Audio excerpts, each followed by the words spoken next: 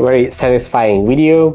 This is wine racking, emptying a barrel in Burgundy. After aging in barrels, the wine has to be racked, and you just remove the sediment from the bottom of the barrel.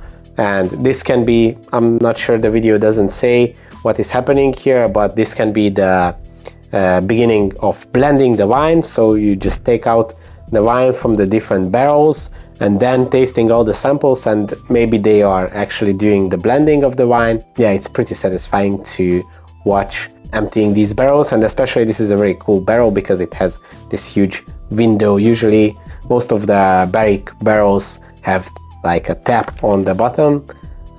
Only the bigger barrels like the Bottis have usually these huge windows where you can, it actually helps to clean the barrel, and it's more practical, but it's quite interesting to have these smaller barrels with a huge window on it.